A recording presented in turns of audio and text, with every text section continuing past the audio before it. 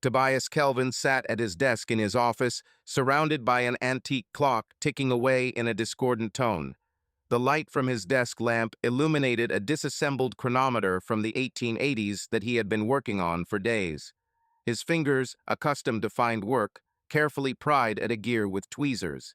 Outside, Portland was bathed in the gray light of evening, and a light rain pattered against the glass, creating a rhythm almost in sync with the clock.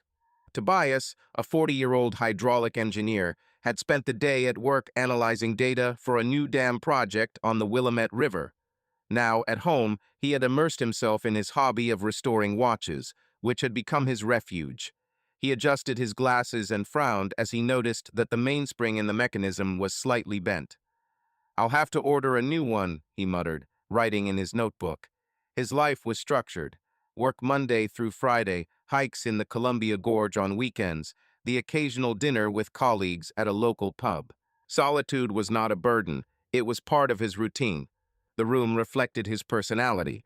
A wooden table covered with tools, shelves of books on hydraulic engineering and watchmaking, an old record player with the Miles Davis record he'd listened to the day before. On the wall was a photograph from his last hike to Tobias in front of Multnomah Falls, wearing a hiking jacket, smiling slightly. Everything was in its place, everything under control. He stood up to pour coffee from the coffee maker in the corner when there was a knock at the door. Tobias froze, mug in hand. He wasn't expecting visitors. The postman came in the morning, and his neighbors, an elderly couple across the street, rarely disturbed him. The knock came again, insistent but not harsh. He put down his mug, wiped his hands on his jeans, and headed for the front door, adjusting the sleeves of his sweater. The silhouette of a woman was visible through the frosted glass, but her features were blurred in the semi-darkness.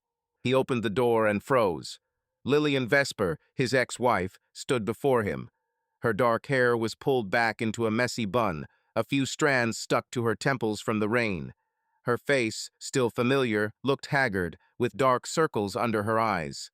She wore a gray raincoat, slightly damp, and held a small bag, clutching the strap so tightly that her knuckles turned white. "Tobias," she said quietly, her voice shaking, "I need to talk to you." He stared at her, speechless. 9 years. 9 years without a call, a letter, or a chance encounter. The last time he had seen her was in his lawyer's office, when they had signed the divorce papers. She had been different, then collected, with a cool confidence. Now, standing before him was a woman he barely recognized. "Lillian," he forced out, his voice icy, "what are you doing here?" She swallowed, her gaze darting to his face, then away. "I know it's unexpected. I wouldn't have come if it weren't important. Can I come in?" Tobias clenched his jaw. His first instinct was to slam the door. She had no right to be here, in his home, in his life, after everything. But something in her eyes, a mixture of fear and determination, stopped him. He stepped back, gesturing inside. "Just not for long," he said. "I have things to do." Lillian nodded and stepped into the living room, looking around. A couch, a coffee table, some hiking photos on the wall, a fireplace with a large grandfather clock. She stopped at the fireplace, her fingers brushing the wooden frame of the clock. "You're still messing around with these things," she said, trying to smile. "How many are there now?" "This isn't a hassle, this is work," Tobias snapped, crossing his arms. "Tell me why you came." Her smile faded. Lillian took a deep breath, as if gathering her strength, and turned to face him. "We have a daughter, Tobias. She's 11, and she's sick. She needs your help." Tobias felt the blood drain from his face. He opened his mouth, but no words came out. A daughter, 11 years old. His mind refused to accept it. He took a step back, bracing himself against the wall to keep his balance. "What did you say?" His voice was hoarse. "Daughter, are you kidding me?" "This is not a joke." Lillian looked straight at him. "Her name is Iris. She's ours. And she needs a bone marrow donor. I took the test. I'm not a match. You're her last hope." Tobias laughed, but it was a harsh, almost painful laugh. "Are you serious?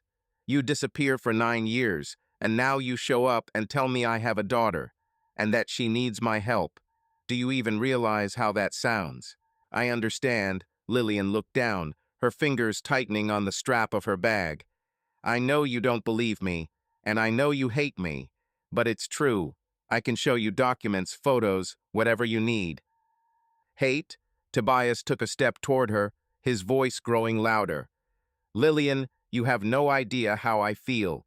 You ruined our lives, and now you expect me to take your word for it? Why should I trust you? She flinched, but did not retreat. Because this isn't about me. This is about Iris. It's not her fault for what I did. She's just a kid, and she feels bad. Tobias turned away, rubbing his face with his hands. The word bad echoed in his head. He tried to collect his thoughts, but they were all jumbled up. Why didn't you tell me before? He asked, his voice growing quieter. If that's true, then what right did you have to hide my child for so many years? Lillian pressed her lips together, her eyes shining. I was scared. When we broke up, it was terrible. I thought you wouldn't want anything to do with me. I found out I was pregnant after we filed for divorce. I didn't know how to tell you, and then I just couldn't. Couldn't? Tobias turned to her, his eyes narrowing. You decided for me, Lillian. You robbed me of. He trailed off, at a loss for words. If she's my daughter, I should have known. I know, her voice broke. I did wrong. I don't expect you to forgive me.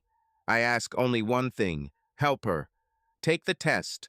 If you don't come, I'll leave, and you'll never see me again. Tobias looked at her, his chest heaving.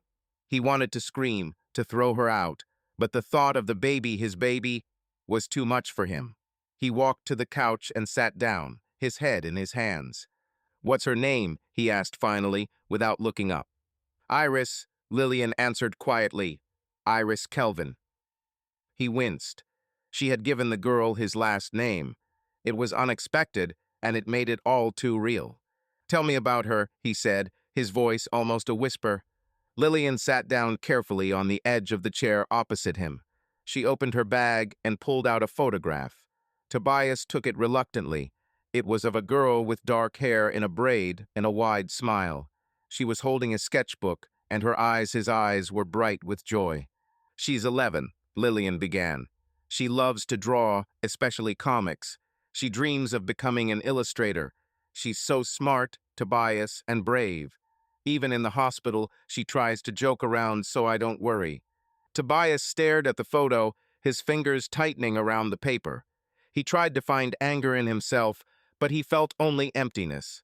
What's wrong with her? He asked. What kind of illness? A rare bone marrow disorder, Lillian explained. Her immune system is weakening. Without a transplant, the doctors say she doesn't have much time. Tobias put the photo on the table, unable to look. And you think I'll just agree? After everything. I don't think so, Lillian said. I hope so. You've always been the kind of person who does what's right, even when it's hard. Don't, he raised his hand, stopping her. Don't tell me what I'm like. You've lost that right. She nodded, her lips trembling. Good. Here's the clinic's number. She took out a business card and put it on the table. They're waiting for your call if you decide. And here, her drawing. She did it at the hospital. Tobias looked at the sheet of paper. It was a fantasy city with flying ships, drawn in bright colors. In the corner was written, for Mom, to make her smile. I'm not promising anything, he said, his voice firm. I need to think about it. I understand. Lillian stood up. Thank you for listening. If you want to see her, call. She asks about you. Tobias didn't answer. He stared at the drawing until Lillian left and the door closed. The silence was back, but it was different now, heavy, oppressive. He picked up the photograph of Iris and looked at it for a long time, trying to figure out what to do. Portland, a few years ago. Tobias Calvin, 30, stood in the doorway of his new home, a two-story cottage with peeling blue paint, watching the moving truck carrying their belongings pull up to the curb. He adjusted his baseball cap, wiping sweat from his brow. The move from Seattle had been his idea. A new job at an engineering firm specializing in hydraulics promised stability and career advancement. Lillian, his wife, stepped out of the car, holding a box labeled kitchen. She had her dark hair pulled back into a high ponytail, and she was smiling despite her fatigue. "Tobias, are you sure this house won't fall apart?" she called, setting the box down on the porch. "It looks like it was built by the dinosaurs." He chuckled as he walked up to her. "I checked the foundation myself. It will hold us even if you decide to throw a dance party." "Oh, don't tempt me," Lillian winked, but then winced, rubbing her shoulder. "Remind me, why did we decide to carry everything ourselves?" "Because you said movers were for lazy people." Tobias took the box from her hands and headed into the house. And like a fool, I agreed. She laughed as she followed him.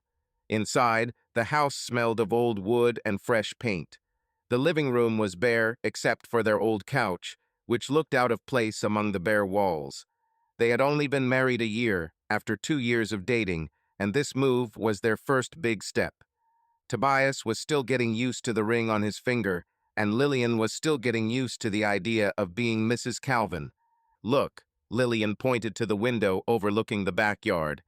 "We could put a table there and have coffee in the morning. Or, make a garden. I've always wanted to try growing something." "You? The garden?"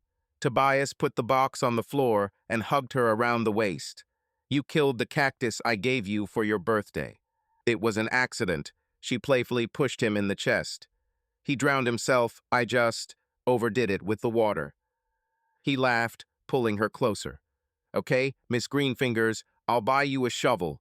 But if you fill the yard with weeds, it's not my fault." Lillian rolled her eyes, but her smile was warm. They stood in the middle of the empty living room, hugging, and Tobias felt like everything was right. Work, home, Lillian, his life was falling into place like a blueprint, every line in place. By evening, they had unpacked half the boxes, and the house was beginning to take shape. The kitchen smelled of the pizza they had ordered because the stove hadn't been turned on yet. They sat on the floor, leaning against the couch, with open pizza boxes and a bottle of cheap wine. It was getting dark outside, and the streetlights had come on, casting a soft glow into the living room. "What are we drinking?" Lillian raised her plastic cup, her eyes shining. "Here's to a fresh start," Tobias said, clinking glasses with her, "and to keep this house from falling down." "That's definitely worth a drink." She took a sip and looked at him. "Are you happy, Tobias?" He thought as he chewed a slice of pizza. "Yes, the job is good, you're nearby. What else do you need?" She nodded, but her gaze became thoughtful. It's all so serious, you know. Home, work, Portland.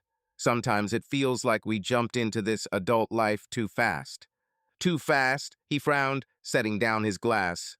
"We dated for 2 years, Lil. Planned it. You wanted to move, start your own business." "I wanted to," she nodded quickly. "And I want to. I just, I don't know. In Seattle, we had friends, parties, and spontaneous trips. And here, everything is so planned." Tobias shrugged. "It's temporary. We'll settle in, find new friends. You've already made arrangements with that startup. They're waiting for your logos. Everything will be fine." "Yeah, you're right," Lillian smiled, but it was a little strained. "I'm just tired. The move, the boxes, all of it." He took her hand, squeezing her fingers. "We can handle it. Together." She squeezed his hand back, and they continued eating, discussing where to hang her paintings and what color to choose for the walls. But Tobias noticed that she sometimes fell silent, looking out the window, as if searching for something in the dark. Within a month, their lives had settled into a rhythm. Tobias left for work at 8 in the morning, spending his days drawing and calculating for the dam. His new position required attention to detail, and he relished it. Each task was like a puzzle to be put together. Lillian worked from home, creating logos and banners for local startups. Her living room desk was covered in sketches, a laptop, and coffee mugs. She often put on Jazz Coltrane or Ella Fitzgerald and hummed as she drew. In the evenings, they would cook dinner if they weren't too tired or order food. Tobias loved those moments, Lillian dancing around the stove to a tune or the two of them sitting on the couch, discussing plans. One day, she suggested going to the Columbia Gorge. "You like hiking," she said, leafing through the guidebook. "There are waterfalls, trails. Let's do it on Saturday." Seriously, he looked surprised. "You haven't gone hiking with me since we got stuck in the mud outside of Seattle." "Well, I'm ready to give nature a second chance," she grinned. "Just without the dirt, okay?" On Saturday, they went to the gorge. The weather was clear, and the trail to Lateral Falls was easy. Lillian took pictures of everything: the moss on the rocks, the streams of water, Tobias pretending to fall off the cliff. "Stop, don't move," she shouted, setting up the camera. "You look like the hero of an adventure film." "And you're like a tourist who'll get lost in 5 minutes," he replied, but obediently froze. She laughed, and her laughter echoed through the forest. They sat by the waterfall, eating sandwiches and talking about the future. Tobias dreamed of his own dam project, Lillian of her own design studio. "Imagine," she said, looking at the water. "My sign, Vesper Design. I'll work with big brands, travel, and show my work in galleries." "You can do it," Tobias said confidently. "You're talented, Lil, and I'll be your biggest fan." She smiled, but her gaze became thoughtful again. "What if I want to go to New York or Paris? Will you go with me?" "If there are dams there, then yes," he chuckled, but noticing her seriousness, added, "We'll figure it out. The main thing is that we're together." She nodded, but Tobias sensed a slight tension. He brushed it off, thinking she was just tired. By autumn, their lives had settled into a routine. Tobias worked late, often bringing home reports. Lillian took on more and more work, but her enthusiasm was waning. She complained that startups paid little and clients demanded endless revisions. One evening, while Tobias was sorting through papers at the kitchen table, Lillian came in with a glass of wine, her face sullen. "More edits," she said, sitting down across from him. "That idiot from the coffee shop wants the logo to be greener, but not too green. I spent 3 hours redoing it." "Tell him he doesn't know what he wants." Tobias put his pen down. "You're doing a great job, Lil. Don't let them push you around." "Easy to say," she sighed. "Sometimes I miss Seattle. We had friends there and parties, and here, just work and this house." "We'll find some friends," he said, trying to sound cheerful. "Maybe we can go to a bar this weekend. They have jazz nights there. You'll like it." "Maybe," she shrugged, but her tone was indifferent. "It's just, I didn't think it would be like this. The house, the bills, the job, it's all so grown up." "Did you want us to run around clubs forever?" He tried to joke, but her look made him shut up. "No," she said quietly, "but I wanted it to be freer, so I could breathe." Tobias frowned. "Are you not breathing? Lil, if something is wrong, tell me. We'll figure it out." She looked at him, her eyes full of something he couldn't figure out. "It's okay," she said finally. "I'm just tired. I'm going to bed." She went upstairs, and Tobias remained at the table, looking at her empty glass. He felt something slipping away, but he didn't know how to catch it. By winter, Lillian was working late more often. She said the startup where she designed logos was hosting client meetings, and Tobias didn't mind. He often worked late himself. But her mood was changing. She became more abrupt, sometimes losing her temper over trivial things like dirty dishes or his habit of leaving his shoes by the door. One day, returning home late, she threw her bag on the sofa and collapsed next to Tobias, who was watching the news. "Long day?" he asked, turning off the TV. "Terrible," she rubbed her temples. "But you know, it was fun. After the meeting, we went to a bar with some of the guys from the team. This guy, Roland, was telling me about his trip to Mexico. He was so alive." Tobias nodded, not paying any attention. "It's good that you had fun. Do you want to order something? I didn't cook." "No, I ate at the bar," she yawned. "I'm going to take a shower and sleep." He watched her go, and for the first time, he felt a twinge of worry. But he brushed it aside, deciding he was just tired.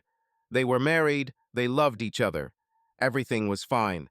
By spring, Lillian was talking more and more about her work, about the new people she had met. She was lively, but her enthusiasm seemed directed somewhere past Tobias. He tried to support her, but their evenings were getting shorter. She was either working or too tired to talk. One day in April, they were sitting in a cafe on Hawthorne Street where a live jazz band was playing. Lillian had insisted on going, saying they needed to shake things up. She was wearing a bright dress, her eyes sparkling as a saxophonist played a tune. "Remember when we went to jazz in Seattle?" she said, sipping a cocktail.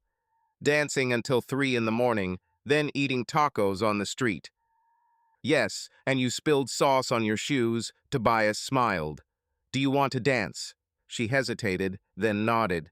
They walked out onto the small dance floor, and Tobias wrapped his arms around her, feeling the warmth of her body.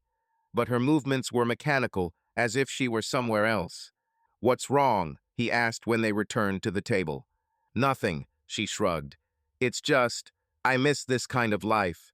The spontaneity, the freedom."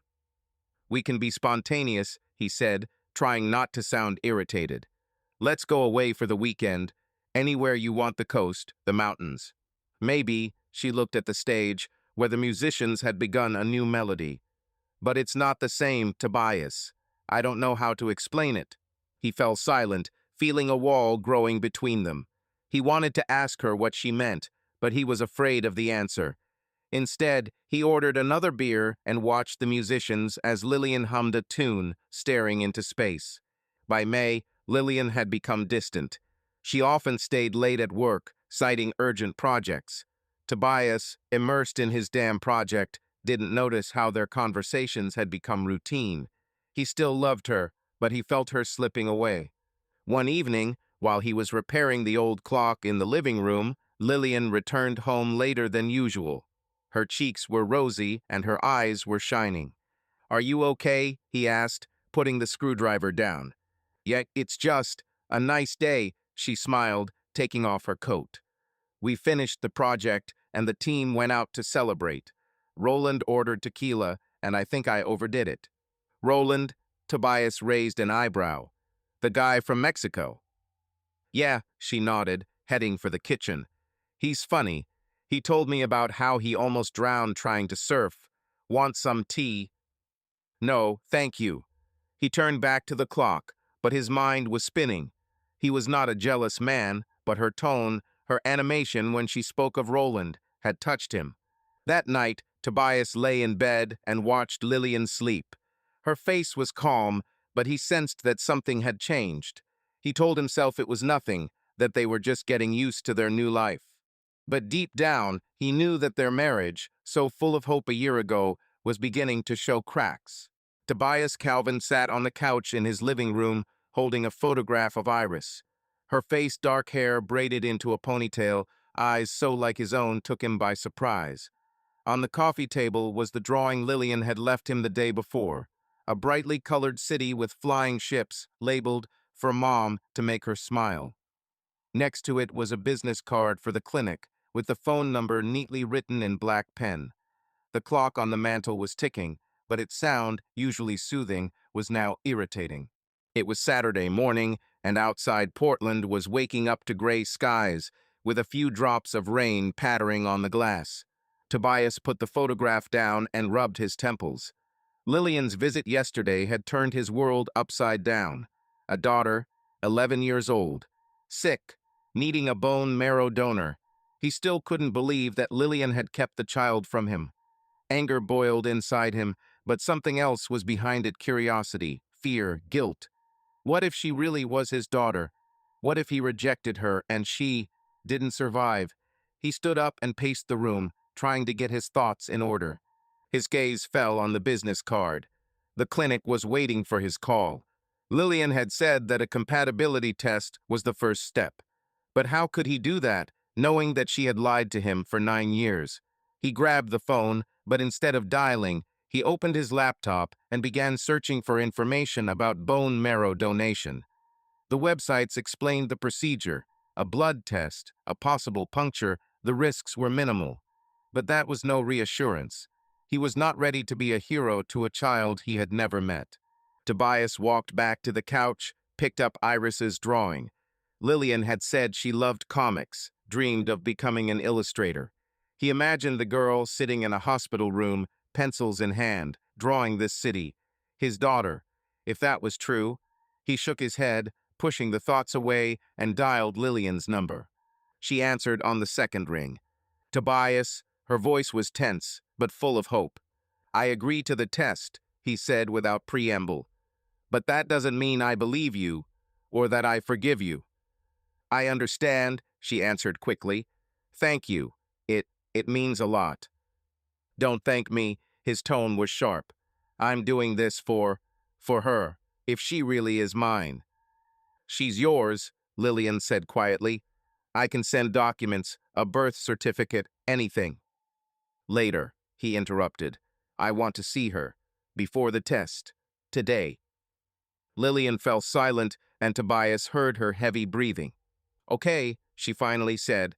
"She's at the hospital downtown. I can meet you there. What time is convenient for you?" "At 1 o'clock," he replied, glancing at his watch. "Give me the address." She dictated the address of a children's hospital in South Portland, and Tobias wrote it down on the back of a business card. "Tobias," Lillian added before he hung up. She knows about you. I told her yesterday, after I left you. She wants to see you." He squeezed the phone tighter. "You had no right to tell her until I decided." "I know," her voice wavered, "but she asked about her father. I couldn't lie to her anymore. I'm sorry." "Stop apologizing," he said coldly. "It doesn't change anything. I'll be there in 1." He hung up before she could answer and tossed the phone onto the couch. His hands were shaking, and he clenched them into fists. Tobias stood up, went into the kitchen, and poured himself some coffee, but he didn't drink it. Instead, he went back into the living room, picked up Iris's photo, and looked at it for a long moment. "Iris Calvin," he said out loud, tasting the name. His last name. It made it all seem more real, and that made it worse. By 1 o'clock, Tobias was at the entrance to the children's hospital. The building was modern, with large windows and brightly colored murals on the walls, but the smell of antiseptic and the quiet voices of the nurses created an oppressive atmosphere. He walked into the hallway where Lillian was already waiting. She was wearing jeans and a dark green sweater, her hair pulled back into a bun. When she saw him, she stood up, nervously fiddling with the strap of her bag. "You came," she said, her voice full of relief. "I said I would," Tobias replied, avoiding her gaze. "Where is she?" "Third floor, room 312. Lillian pointed to the elevator. "I'll show you there." They rode up the elevator in silence. Tobias stared at his reflection in the metal door, trying to brace himself. What would he say? How would he deal with a child he had never met? The doors opened, and Lillian led him down the hall, past rooms with open doors where children played or slept. At room 312, she stopped. "She's waiting," Lillian said. "But don't push her, okay? She's nervous." "I'm not going to scare her," Tobias muttered, but his voice was less confident than he intended. Lillian nodded and opened the door. The room was small, with white walls and a window overlooking the parking lot. In the center was a bed where a girl sat cross-legged. Iris. Her dark hair was short, barely reaching her shoulders, and her skin was pale, almost translucent. She was holding a sketchbook and a pencil, but when she saw Tobias, she put them down. His eyes widened, and she smiled, shyly but genuinely. "Hello," she said, her voice quiet but firm. "Are you my dad?" Tobias paused in the doorway, his throat tightening. Lillian nudged him forward, and he stepped into the room, his eyes never leaving Iris. "Hi," he said, trying to sound calm. "I'm Tobias. Your mom said to you that you needed help." Iris nodded, her fingers fiddling with the edge of the blanket. "Yes, They give me injections and stuff, but the doctor says I need a donor. Mom said you can help. Tobias swallowed, dropping into a chair by the bed. Lillian remained at the door, watching but not interfering. I'm going to take a test, he said, to see if I'm a match. But I only found out about you yesterday.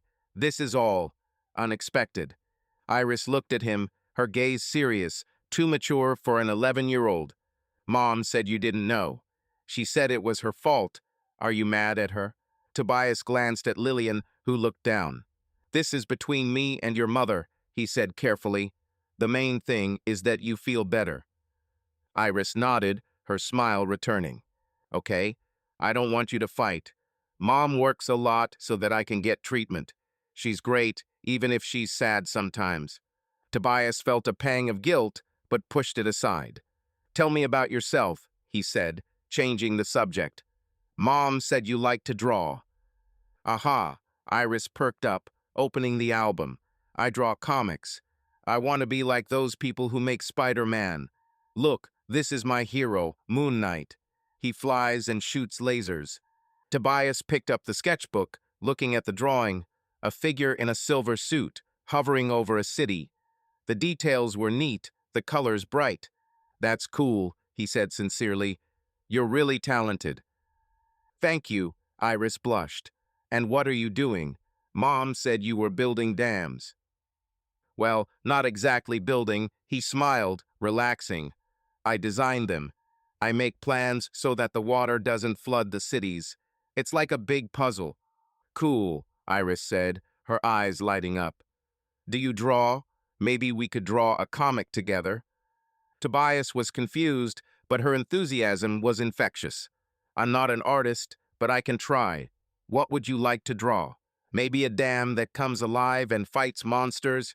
Iris suggested, her voice growing louder. Like Godzilla, only a dam. He laughed, feeling lighter for the first time that day. That would be epic. I'll think about the plot. Lillian cleared her throat to get their attention. Iris, you have to do tests soon. Maybe you should give Tobias some time and then continue. Iris sighed but nodded. Okay, will you come back? She asked, looking at Tobias. If the test shows I'm a match, then yes, he said.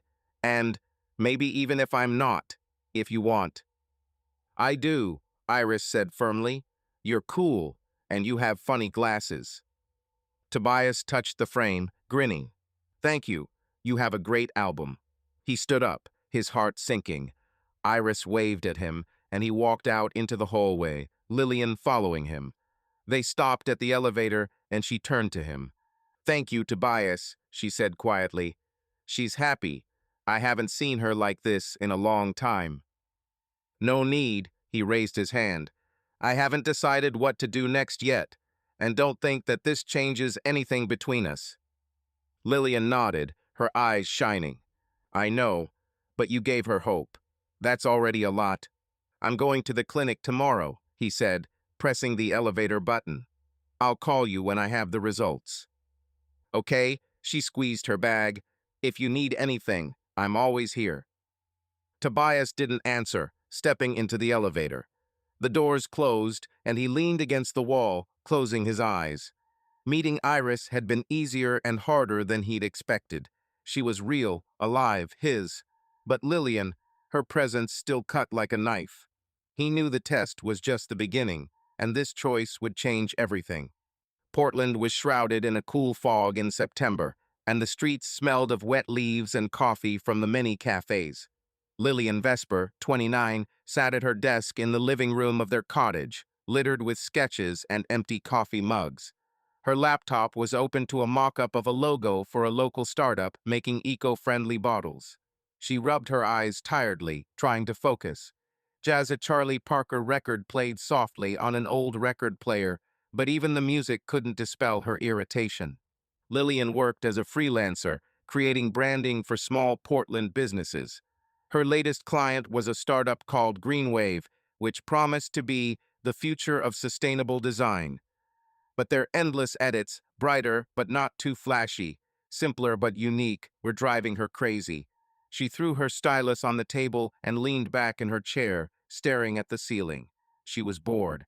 Not just with her work, but with everything: her home, her routine, her life, which felt increasingly small. Tobias, her husband, was at work, as usual. He left at 8 in the morning, returned at 7 at night, sometimes later, immersed in a project to build a new dam on the Willamette River.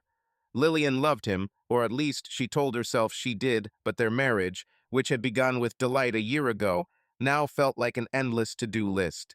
Bills, cleaning, cooking, talking about what to buy at the supermarket. She missed Seattle, her friends, the nights when she and Tobias could go to a bar or a concert, not thinking about the next day. Her phone vibrated, and she glanced at the screen. It was from Roland, a colleague of hers at Greenwave, with whom she had been working for the past 2 months. He was the startup's creative director, 32, with a light stubble and a habit of wearing brightly colored shirts that Lillian found silly but charming. "Roland, are you done with the logo? The client is asking for something new again. Let's go to a bar, discuss it, and relax at the same time." Lillian smiled, her fingers hovering over the keyboard. She knew she should say no. She had a deadline, and Tobias would be home soon. But the thought of the bar, the music, the laughter, the conversation was too tempting. She typed out a quick reply. "Lillian, only if you pay for the cocktails. Give me an hour." She stood up, turned off her laptop, and headed to the bedroom to change. The jeans and sweater were replaced by a black dress and leather jacket. She looked in the mirror, applying light makeup. "It's just work," she told herself, but her heart was beating a little faster than usual. The Sapphire, a bar near downtown Portland, was noisy. Wooden tables were filled with people sipping craft beer, and an indie band played on a small stage, their guitar riffs drowning out the conversation. Lillian sat at the bar with Roland, a margarita in front of her. He was wearing a bright green shirt and waving his arms as he told a story about his trip to Costa Rica. "And so I fell off this surfboard right into the wave," he said, laughing. "My instructor yells, 'Roland, you're hopeless,' and I think, at least I'm alive." Lillian laughed as she sipped her cocktail. "Are you serious? How did you even decide to surf? I would have died of fear." "Oh, that's easy," Roland winked. "You just jump and don't think. Life's too short to sit on the shore." She nodded, her smile fading. His words had struck a chord with her. She remembered Seattle, the nights with her friends when they would drive off to the mountains or dance until dawn. Now her life was scheduled: work, home, Tobias. She loved him, but he was so predictable. Always with blueprints, always with plans. Roland, on the other hand, was chaotic, alive, like the spark she sorely missed. "Hey, where are you?" Roland snapped his fingers in front of her face. "I'm here pouring out my soul, and you're in the clouds." "Sorry," she smiled. "I was just thinking. You're right, life is short. Sometimes I forget about it." "Then we must remind ourselves," he said, raising his glass. "Do not forget to live." They clinked glasses, and Lillian felt warm from the alcohol and his gaze. She knew he was flirting, and part of her wanted to stop it. But the other part, the part that missed being free, relished the moment. "So what about the logo?" she asked, returning to her work. "The client wants new. Any ideas?" "Oh, screw them," Roland waved his hand. "Let them draw it themselves, if they're so smart. But seriously, I think we should add something bold. Maybe neon accents. You can do something cool." "Neon?" She raised an eyebrow. "That's not their style. They're all about eco." "And you make eco-neon." He grinned. "You're a genius, Lillian. I've seen your work. You can do anything." She blushed, looking away. "Okay, I'll think about it. But if the client cuts everything again, you explain." "Agreed," he winked. "Now tell me something about yourself. Are you always this serious, or do you have fun sometimes?" Lillian laughed, but the question made her think. When was the last time she had had fun?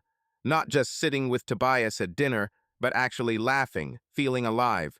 She began talking about Seattle, about the concerts she had gone to with her friends, and Roland listened, nodding, asking questions. For the first time in months, she felt heard. Tobias arrived home at 8 p.m., his backpack filled with blueprints and a laptop. The house was dark, except for the light in the living room. He expected to see Lillian at her desk, but she wasn't there. There was a note on the table.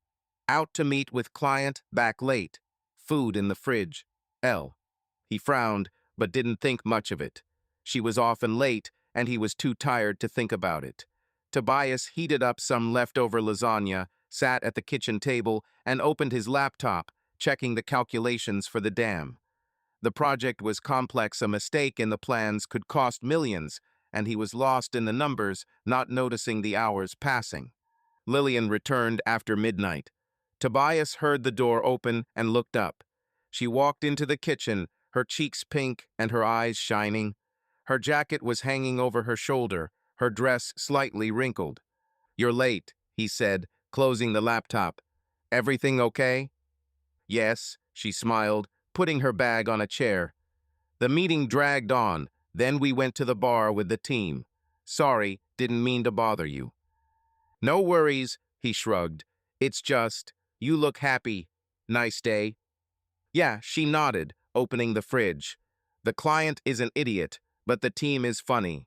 One guy, Roland, told such stories. I almost died laughing." Tobias nodded, but his smile was forced. "Roland, is this the one you were talking about earlier?" "Yes," the creative director. She took out a bottle of water and took a sip. "He's a little crazy, but he's not boring. Do you want me to cook something? You're probably hungry." "I've eaten," he said, standing up. "Are you going to bed?" "In a minute," she yawned. "I want to take a shower." Tobias watched her go, and for the first time felt a twinge of uneasiness. Her animation, her smile, they weren't for him. He told himself it was nothing, that she was simply tired of the routine. But something in her tone, the way she spoke of Roland, bothered him. Over the next few weeks, Lillian was increasingly late. She blamed it on work, meetings, deadlines, and Tobias didn't argue. His dam project was in full swing, and he spent his evenings at the office, checking over plans or discussing with colleagues. But when they were home, their conversations became shorter, more superficial. Lillian no longer danced to jazz or suggested hiking trips. She was there, but she seemed distant. One day in October, Tobias came home earlier than usual. Lillian was sitting in the living room, typing on her laptop, but her phone was nearby, the screen glowing with a new message. Tobias hadn't meant to look, but he noticed the name, Roland. He froze, feeling his heart speed up. "You're early today," Lillian said, without looking up from the screen. "Yes, finished early." He put the backpack on the floor. "What are you doing?" "A mock-up for Greenwave," she sighed.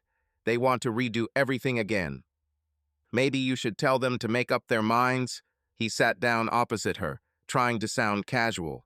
"You look tired." "Because I'm tired," she closed her laptop. "But you know, sometimes work is the only thing that keeps me going. Roland, for example, always comes up with something new. Today, he suggested making an animation for the logo. It's crazy, but cool." Tobias clenched his jaw. "Roland seems to be a genius," he said, not hiding his sarcasm. Lillian looked at him, her gaze wary. "He's just doing his job, Tobias, and he's inspiring. He can't just sit in an office like you with blueprints." "Sit in an office?" He raised an eyebrow. "It's my job, Lil. It pays for this house, your paint, everything." "That's not what I meant," she frowned.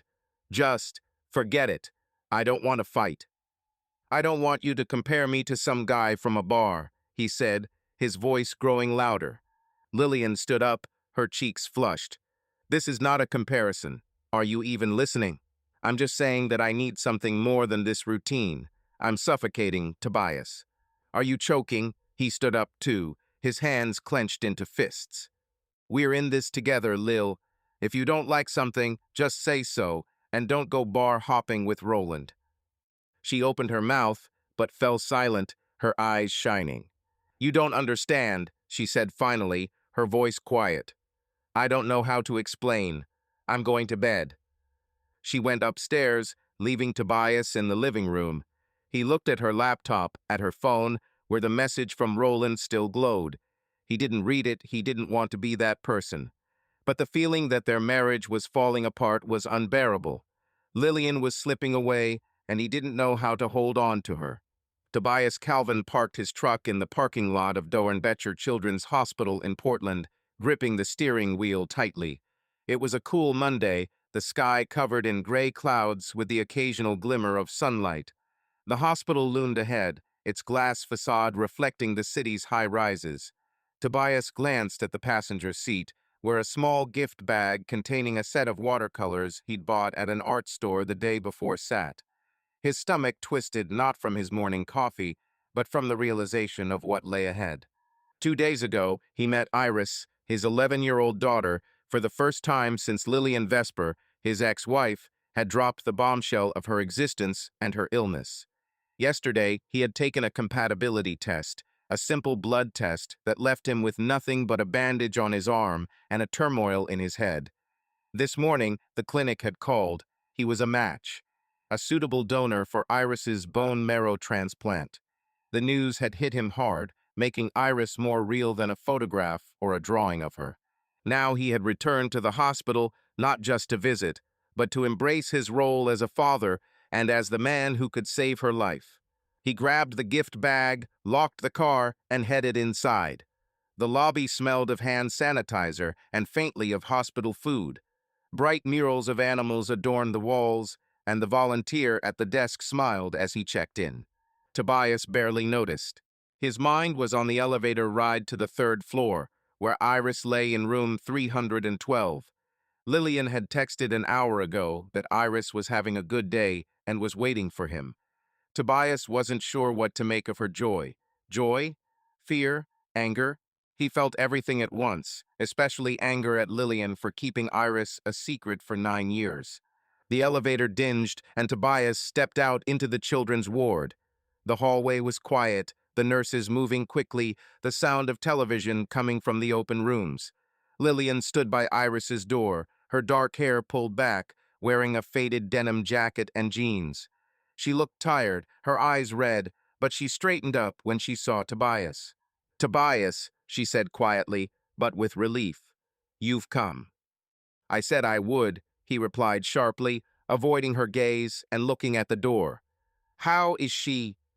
"Better today," said Lillian. "They adjusted her medication, so she's not so tired. She was drawing this morning and kept asking when you'd be home." Tobias nodded, clenching his jaw. The clinic called. "I'm coming." Lillian gasped, covering her mouth with her hand. "Oh my God, Tobias, this is wonderful. Thank you." "Don't," he cut her off, lowering his voice. "I'm doing this for her, not for you. Let's get this straight." She winced, but nodded, stepping back. "I know. She's inside. Go." Tobias pushed open the door, ignoring the twinge of guilt at her reaction. The room was small, with white walls, a tray piled high with books and crayons, and a window looking out onto the parking lot. Iris sat cross-legged on the bed, wearing a blue hospital gown with cartoon stars on it. Her dark hair was cut short, just past her ears, her skin pale, almost translucent. She held a sketchbook, a pencil tucked behind her ear. When she saw Tobias, she beamed, his eyes lighting up. "Hello," she said loudly, despite the Roman 4 in her hand. "You're back." "Hello, Iris," Tobias replied, offering a small smile. He stepped inside, letting the door close. Lillian slipped in after him, but remained against the wall, silent. Tobias focused on Iris, holding up the gift bag. "I brought something." Iris' eyes widened. "Me? What is this?" "Open it and find out," he said, holding out the package. She ripped open the package enthusiastically, pulling out a box of watercolors, 24 vibrant colors, in a sturdy case. Her jaw dropped, and she looked at him as if he had handed her a treasure. "Paints!" she exclaimed, running her fingers over the case. "This is so cool. All I have here are crayons and markers. Thanks, Tobias."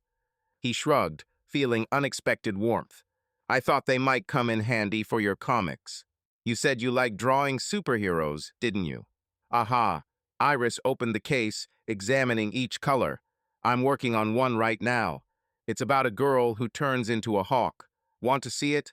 Of course, he said, pulling a chair up to the bed. He glanced at Lillian, who was watching with a slight smile, but turned away, focusing on Iris. She opened the sketchbook to reveal a page of a girl with wings, hovering over a forest. The lines were confident, the details complex for an 11-year-old. Her name is Skylar, Iris explained. She fights poachers who harm animals. I'm working on her costume right now. That's impressive, Tobias said, genuinely surprised. Did you come up with that yourself? Yeah, Iris nodded proudly. I read a lot of comics. Spider-Man is my favorite, but I also like the X-Men. Do you read comics? Not really, he admitted, leaning closer. But I've seen superhero movies. Spider-Man is cool. What do you like about him? He's funny, Iris said, her eyes lighting up. And he's not perfect, you know. He makes mistakes, but he keeps trying. That's cool. Tobias nodded, her words hitting him harder than he expected. Sounds like a good guy. What's Skylar's story? Does she win? She wins, Iris said, turning to a blank page. I haven't figured out the ending yet. Maybe you can help. What should she do after she defeats the villains? Tobias hesitated, not used to such tasks. Well, maybe she saves the forest and then teaches other kids to protect it, like a superhero school. Iris broke into a smile. That's cool. I'll draw it. You're good at coming up with ideas. He chuckled, relaxing. Lucky you. You're a real artist. Iris began to draw, her pencil moving quickly. Tobias watched, amazed by her concentration despite the hospital setting. The Roman IV, the sterile room, the faint beeping of the monitor all receded as she spoke of her characters, her voice full of life. You know, she said, not looking up from her drawing, Mom says you build dams, like making huge walls for water. Almost, he replied. I designed them so that rivers don't flood cities. Lots of math and blueprints, like your comics, only more boring. Not more boring, Iris countered. What if we make a dam that's also a superhero base with secret tunnels? Tobias laughed. That would be something. I'll suggest it to the boss, but don't expect a miracle. She giggled, but stopped, her pencil frozen. Will you come again? Mom says you can help me get better. Tobias swallowed, his throat tightening. I took the test, he said carefully. They said today that I'm a match. So, yes, I'll help. And then, we'll see, okay? Iris nodded, her smile softening. Good. I'm just glad you're here. Mom says you're busy, but you came anyway. Tobias glanced at Lillian, who stood against the wall with her arms crossed. Her eyes were shining, but he looked away. I'm not that busy, he said to Iris, and your drawings are worth the trip. She beamed, returning to the sketch. Then invent a superhero. What would you be like? Tobias thought, rubbing his chin. Maybe someone who fixes everything that's broken. Houses, cars, even everything. Cool, Iris said. Call him Master Fix. He can wear a tool belt like Batman. Master Fix, Tobias repeated, grinning. Not bad. Will you draw him? Of course, she began to sketch, her hand moving quickly. But tell me more. How did he get his powers? Tobias opened his mouth, but a nurse entered the room, interrupting them. Iris, it's time for your treatment, she said with a smile. 5 minutes, okay? Iris sighed, closing the album. Okay, Tobias, will you come tomorrow? I'll try, he said, feeling her hope weighing on him. Depends on the job, but I'll call. Agreed, Iris extended her fist. He clumsily hit it with his own, causing her to laugh. Tobias stood up, his gaze sliding to Lillian. She stepped forward, her voice quiet. Tobias, can we talk? Outside? He nodded, casting one last glance at Iris, who waved at him, holding the album. In the hallway, Lillian closed the door and turned to him, her hands fiddling nervously with the hem of her jacket. Thank you, she said. She's happy. I haven't seen her like this for a long time. Don't thank me, he replied coldly. I'm here for her, not for you. I know, Lillian looked down, but you gave her hope, and me too. Don't start, he raised his hand.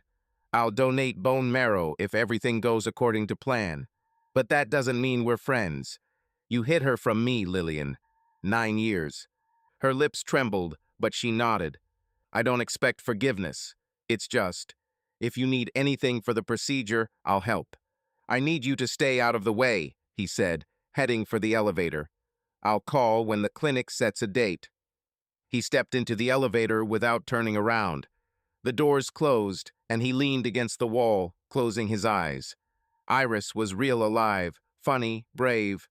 But Lillian, her presence still stung.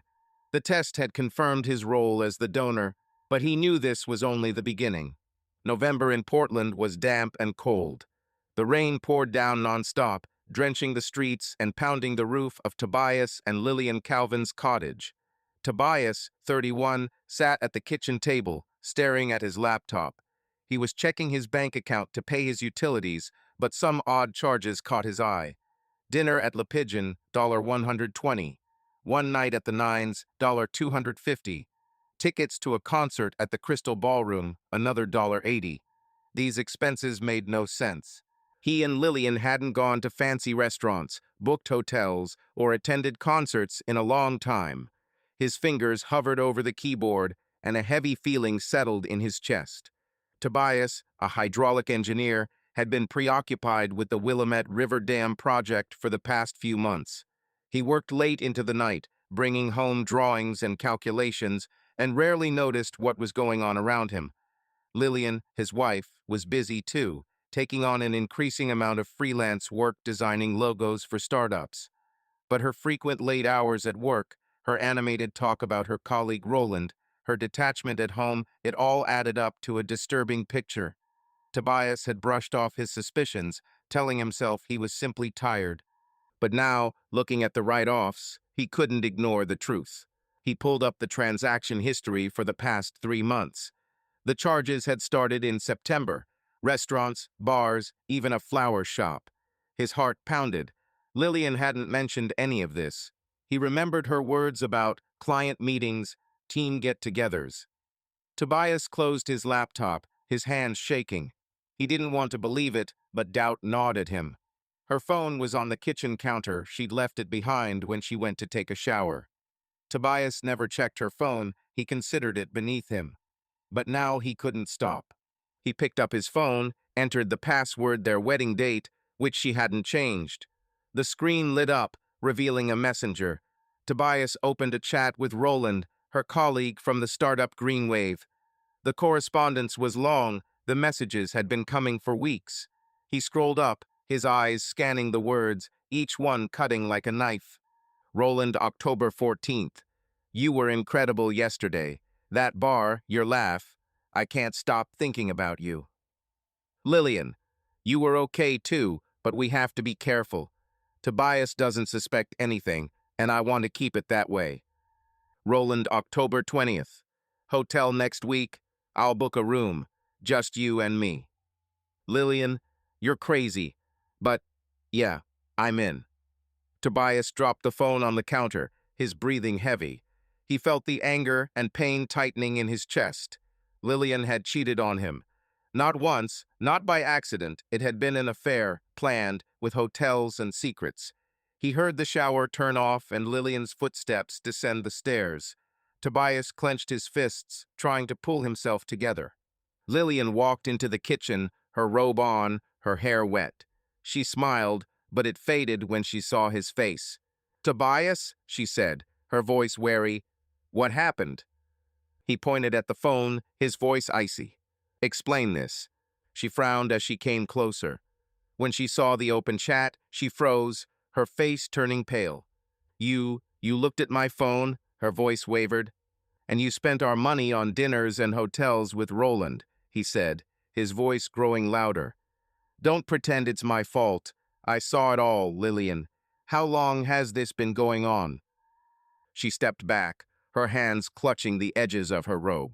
Tobias, it's not what you think. Not that? He stood up, his eyes burning. You're sleeping with him. You're lying to me, meeting him behind my back. Is that not what I think it is? Lillian opened her mouth, but fell silent, her eyes filling with tears. She sank into a chair, looking at the floor. I didn't want you to find out like this, she said quietly. Yeah, I'm having an affair with Roland. It started a couple of months ago. Tobias felt the ground slipping from under his feet. He expected excuses, denials, but her confession was like a blow. A couple of months, his voice broke. You were cheating on me this whole time. You came home, you slept in our bed, and what? You pretended everything was okay. I wasn't pretending, she said, looking up. I was trying to figure out what to do. I'm confused, Tobias. Confused? He took a step toward her, his voice shaking with rage. You weren't confused when you booked the hotel. You weren't confused when you wrote to him about how good you were with him. Don't you dare say it was an accident. Lillian wiped away her tears, her voice becoming firmer. Okay, I won't. Yes, I made a choice, but it's not just like that, Tobias. I feel suffocated. This house, this routine, your work, my work, I don't live, I exist. With Roland, with him, I feel free. Tobias laughed, but it was a bitter laugh. Free? You're married, Lillian. We have life plans. If you felt bad, you could have said so. But you chose another man. I tried to talk, she said, her voice rising. How many times have I told you I was bored, that I missed Seattle, that I missed being free? All you did was brush me off. It'll be okay, Lil, but I'm not okay. So it's my fault? He slammed his fist on the table, his coffee cup rattling. I work so we can have this house, so you can draw your logos, and you're fucking Roland because I won't take you out to bars. Lillian winced, her tears flowing faster. Don't shout. I know I did something terrible, but I didn't want to hurt you. I thought it would pass, that I would figure it out. Will you figure it out? Tobias shook his head, his voice cold. You already figured it out. We're done, Lillian. I want a divorce. She gasped, her eyes widening. Tobias, wait. We can talk, fix this. I'll stop with Roland, I promise. Fix it. He looked at her, his eyes full of pain. You ruined everything. I trusted you.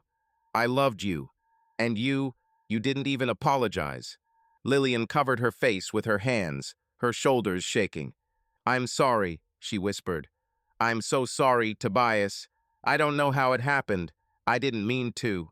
That's enough, he cut her off, turning away. I don't want to hear this. Pack your things. I can't be in the same house with you. She raised her head, her face wet with tears. Where should I go? This is our home, Tobias. We can. This is my house, he said firmly. I'm paying for it. You're leaving. Tomorrow. I'll call a lawyer. Lillian looked at him, her lips trembling. Are you serious? After everything we've had? After everything you've done, he corrected. Go away, Lillian. I don't want to see you. He walked past her, heading for the stairs. She grabbed his hand, her fingers cold. Tobias, please. Let's talk. I'll do everything to. Let go. He pulled his hand away without turning around. We're done. He went up to the bedroom, slamming the door behind him. Lillian remained in the kitchen, her sobs echoing through the house. Tobias sat on the bed, looking at their wedding photo on the nightstand. He picked up the frame, his fingers tightening around the glass, but he didn't abandon her. Instead, he laid her face down, feeling his world crumble. Their marriage, their love, it was all a lie. He didn't know how to move on, but he knew one thing. There was no turning back. Tobias Calvin lay in a hospital bed in a sterile room at Portland Medical Center, feeling the cold Roman foredrip into his vein. It was a Tuesday morning, and Portland's usual drizzle was falling outside. The treatment room smelled of antiseptic, and the faint hum of medical equipment was a monotonous background noise. Tobias stared at the ceiling, trying not to think about the long needle that would soon be inserted into his pelvic bone to harvest bone marrow. His daughter, Iris, needed it, and he would endure anything for her. It had been a week since the clinic had confirmed that he was a suitable donor for Iris's bone marrow transplant. The 11-year-old girl he'd learned about just a month earlier was battling a rare disease that was weakening her immune system. Meeting her in the hospital, her comic book drawings, her bravery, all of it had turned his world upside down. Tobias, a 40-year-old hydraulic engineer accustomed to solitude and order, now lived for one thing: to help Iris recover. But his ex-wife, Lillian Vesper, remained a source of pain. Her betrayal 9 years ago and hiding Iris still burned in him, and he had no intention of forgiving her. A nurse, a woman in her 50s with short gray hair, entered the room, checking the Roman 4. "Mr. Calvin, how are you feeling?" she asked, adjusting the receiver. "The anesthesia will take effect soon." "Okay," Tobias replied, his voice hoarse. "When do we start?" "In about 10 minutes, she said, looking at the monitor. "The doctor will be here soon and explain everything. Try to relax." He nodded, clutching the edge of the sheet. Relax? Easy to say. The procedure was as simple as the doctors had assured him. General anesthesia, bone marrow harvesting from his pelvic bone, a few hours of observation. But the thought that Iris's life depended on it was crushing. He closed his eyes, imagining her in the hospital room upstairs, with her sketchbook and the new watercolors he'd given her. Her smile as they discussed superheroes was the only thing keeping him from panicking. The door opened and Dr. Reynolds, the surgeon who had performed the procedure, walked in. He was a thin man with slightly gray hair, wearing a green uniform. "Good morning, Tobias," he said, scanning his tablet. "Ready?" "Yes," Tobias answered, opening his eyes. "How long will it take?" "About an hour," Reynolds said, "sitting down next to you. You'll be sedated, so you won't feel a thing. Then a couple of days of discomfort in the pelvic area, but nothing serious. We've already prepared Iris for the transplant, and she's in a good mood." "How is she?" Tobias asked, his voice softening. "Is she scared?" "She's a good girl," the doctor smiled. "She asked about you, wanted to know how you were coping. We told her you were in good hands." Tobias nodded, his chest tightening. "Okay, let's get started." The nurse injected the anesthetic into the Roman 4, and Tobias felt his body grow heavy. "Count to 10, she said. 1, 2, he began, but on the count of 5, everything went blurry and darkness covered him. Tobias woke up in the same room, but the light was softer now and the rain outside had died down. His pelvis ached as if after a long hike, but the pain was bearable. He blinked, adjusting to the light, and saw a nurse checking his pulse. "Welcome back," she said with a smile. "Everything went great. You're doing great." "And Iris?" he asked hoarsely, raising himself up on his elbows. "The transplant has begun," she replied. "Your bone marrow has already been delivered to her room. So far, everything is going according to plan." Tobias leaned back against the pillow, feeling relief mixed with fatigue. "How long was I unconscious?" "About 3 hours," the nurse said, adjusting the blanket. "Rest. If you need anything, press the button." She left, and Tobias was alone. He rubbed his face with his hands, trying not to think about the pain in his pelvis. Instead, he thought of Iris, her drawing of Moon Knight, her idea for a superhero dam. He had been on this bed for her, and it had been worth it. But the thought of Lillian, probably waiting somewhere in the hallway, made him angry. She didn't deserve his effort, his sacrifice. This was for Iris and her alone. The door creaked and Lillian walked in. Her dark hair was pulled back into a messy bun, and there were shadows under her eyes. She held a plastic cup of coffee, but her hands were shaking. "Tobias," she said quietly, stopping at the door. "How are you?" He looked at her, his face frozen. "Alive. What are you doing here?" "I wanted to make sure you were okay," she said, her voice unsure. "The doctor said the procedure was a success. I'm so grateful, Tobias. You have no idea what this means to Iris." "I said, don't thank me," he snapped, his voice sharp. "I did it for her, not for you. Don't start." Lillian squeezed the glass, her eyes shining. I know, but I can't not say it. You saved her, Tobias. It, it changes everything. It doesn't change anything, he said, sitting up despite the pain. You hid her from me. You ruined our lives, Lillian. Don't think I'll forget that because I went under the needle. She looked down, her lips trembling. I'm not asking you to forget. I see how much you care about Iris. You're a good father, even if you hate me. Don't tell me what I am. He clenched his fists, trying to keep his voice even. You don't know me, not after what you did. Lillian nodded, wiping away a tear. Okay, I won't. But if you need anything for recovery, for work, anything, tell me. I want to help.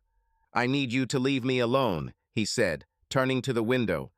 Go to Iris. She needs you more. She stood there for a moment, then quietly walked out, closing the door. Tobias exhaled, feeling the tension ease. He hated her gratitude, her tears. They felt like an attempt to insert herself into his life that she didn't deserve. But Iris, he'd do it all over again for her. By evening, Tobias was moved to a recovery room. The pain in his pelvis had increased, but doctors assured him it was normal. They gave him pain medication and told him he could get up in a couple of hours. He was sitting on the edge of his bed, sipping water from a plastic cup, when Dr. Reynolds walked in with a clipboard. Good news, he said, smiling. The transplant was a success. The cells are taking hold, and Iris is stable. She's being monitored, but so far everything looks great. Tobias felt the heaviness in his chest ease. Is she okay? Sure. Yes, Reynolds nodded. She even asked me to tell you that she drew you something. Said it was Master Fix. Tobias smiled, remembering their conversation about the superhero who fixed everything. Thank you. When can I see her? Tomorrow, if you feel better, said the doctor. But for now, rest. You have done a great job. Tobias nodded, but didn't answer. When the doctor left, he stood up, walked slowly to the window, leaning against the wall. The pain was sharp, but he gritted his teeth, not wanting to show weakness. He thought of Iris, how she laughed when they discussed comics. For her sake, he hid his discomfort. For her sake, he held on. That evening, the nurse brought dinner, a tasteless soup and applesauce, but Tobias barely touched it. His thoughts were with Iris. He took out his phone and opened the photo Lillian had sent him a week ago. Iris in a hospital room, holding an album and smiling. He looked at her, feeling a mixture of pride and fear. She was his daughter, and he would do anything to keep her alive. Lillian didn't come back, and Tobias was glad for that. Her presence was a reminder of the betrayal, of the years stolen from him and Iris. He lay down on the bed, closed his eyes, and tried to sleep, but the pain and thoughts of Iris kept him awake. The transplant had been a success, but it was only the first step.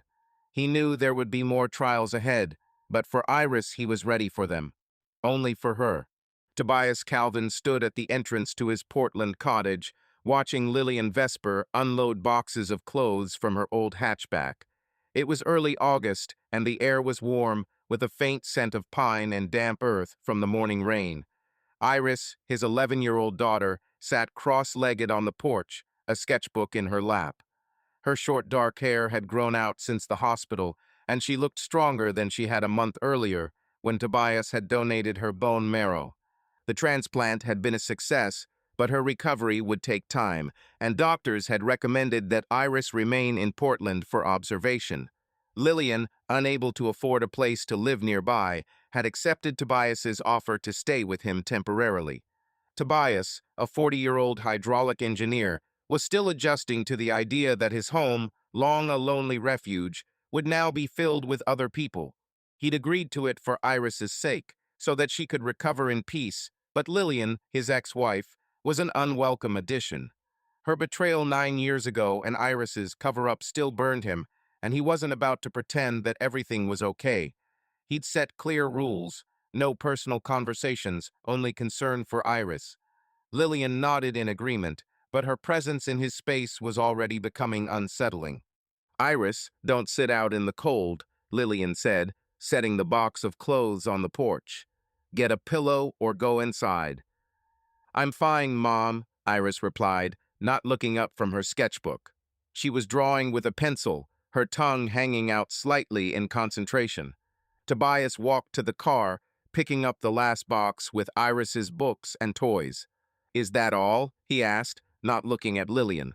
Yes, she replied, wiping the sweat from her forehead. Thank you for letting us stay.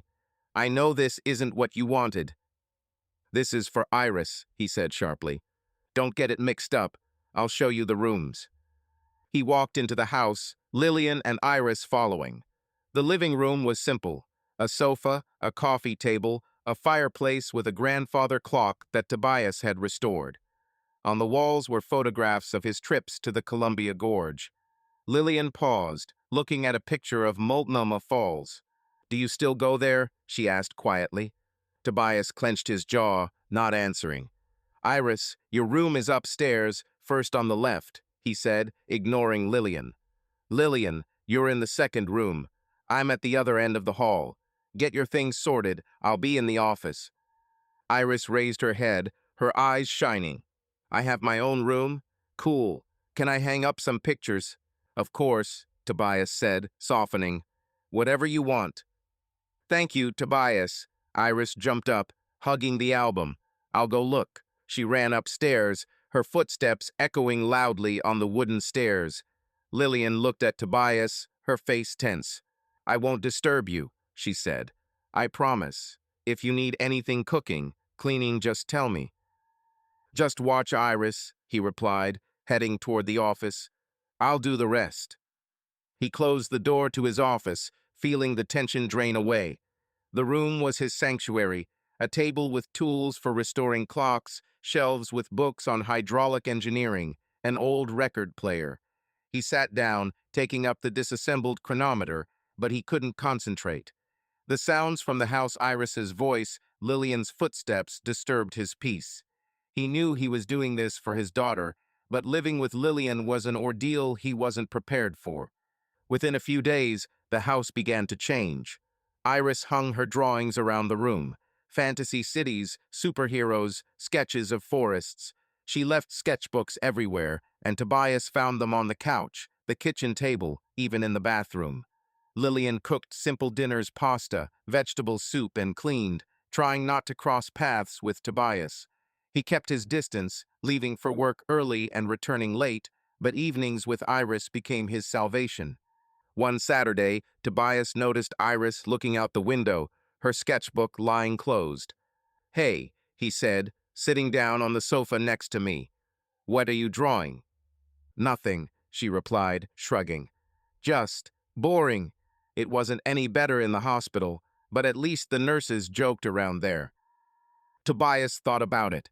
The doctors had given Iris permission to take light walks, as long as she didn't overexert herself. Want to go hiking? He asked. Not far, to Lateral Falls. It's beautiful there, you can draw. Iris beamed. Seriously, can I borrow some paints? Of course, he said, smiling. But only if Mom agrees. Lillian, hearing the conversation, came out of the kitchen, wiping her hands on a towel. A hike? She frowned. Tobias, are you sure? She can't get tired. It's an easy trail, he said, not looking at her. Half an hour there, half an hour back. I'll keep an eye on it. Lillian looked at Iris, who folded her hands in pleading disapproval. Please, Mom, I'll be careful, I promise. Okay, Lillian sighed, but take some water and don't run. Iris listened to Tobias. Hooray! Iris jumped up, rushing to her room for her backpack. Tobias met Lillian's gaze, her face full of concern. I'll take care of her, he said dryly. Don't worry. I know, she answered quietly. You always care. He turned away, unwilling to continue. Half an hour later, he and Iris were on their way, her backpack jingling with paints and a bottle of water. The path to Lateral Falls was narrow, lined with pine trees and ferns. Iris walked slowly, her breathing even, but Tobias stayed close, ready to catch her if she grew tired. The sun filtered through the branches, illuminating the moss on the rocks. Iris paused, looking at the webs strewn with dew. Look how beautiful it is, she said, opening the album. It's like in the comics, where the forest is magical. Do you want to draw? Tobias asked, sitting down on a rock. Yeah, she pulled out the paints he'd given her and began applying green and blue strokes. Have you ever painted? Not really, he admitted. I'm more into drawings. Dams, bridges, stuff like that. That's drawing too, Iris said, not looking up from her album. Only for adults. What do you like besides dams? Tobias thought, looking at the waterfall in the distance. Hikes like this, and fixing old watches. They're like puzzles, you have to figure out how to put them together. Cool, Iris smiled. Maybe you can teach me how to fix a watch, when I get better. We have a deal, he said, feeling warmth in his chest. And you draw me. She laughed, her brush moving faster. Tobias watched her paint, and for the first time in years, he felt like he was doing something important. Iris was his daughter, and these moments her laughter, her paint made everything worth it. When Tobias returned home, he noticed Lillian fussing over Iris. She checked her pulse, gave her water, and covered her with a blanket on the couch. How was it? Lillian asked, looking at Iris. Cool, Iris replied, showing a drawing of the forest. Tobias said we'd go again. Lillian smiled, her eyes softening. That's great, honey. Now rest. She turned to Tobias, her voice quiet. Thank you. She's happy, it means so much. I'm doing this for her, he said coldly, heading toward the office. Not for you. Lillian nodded, her smile fading. I know, but still, thank you. Tobias closed the office door, feeling a pang of guilt. He had seen Lillian's care for Iris, her patience, her concern. But every time she spoke to him, he remembered her betrayal, her lies. He couldn't move past that, not even for Iris. He sat at his desk, picking up the chronometer, but his thoughts were not on the watch. Tobias Kelvin sat at his desk in his office, surrounded by antique clocks that ticked quietly. In front of him lay a disassembled chronometer from the 1870s, but his attention was focused on Iris, his 11-year-old daughter. She sat cross-legged on the floor, a small screwdriver in her hand, taking apart an old wristwatch he had given her to practice with. Her dark hair, long since she had been hospitalized, was pulled back into a neat braid, and her face wore a look of concentration. Careful, don't push too hard, Tobias said, leaning toward her. This gear is fragile. Just pry it up like this. Iris nodded, her tongue sticking out slightly as she followed his directions. Like this? She asked, holding up a tiny part on the tip of the screwdriver. Exactly, he replied, smiling. You're learning fast. Soon you'll be fixing my watch better than me.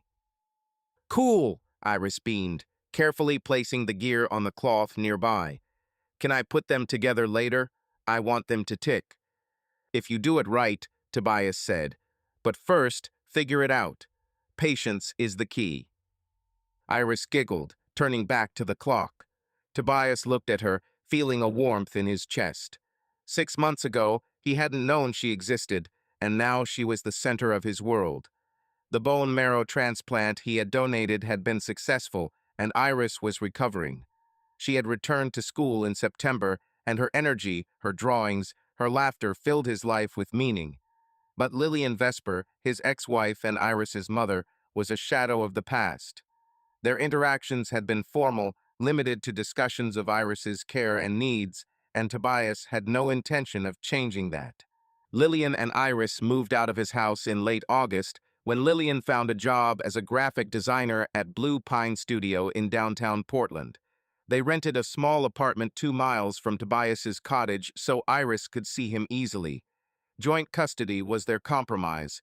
Iris spent weekends with Tobias and weekdays with Lillian, with flexibility for school activities.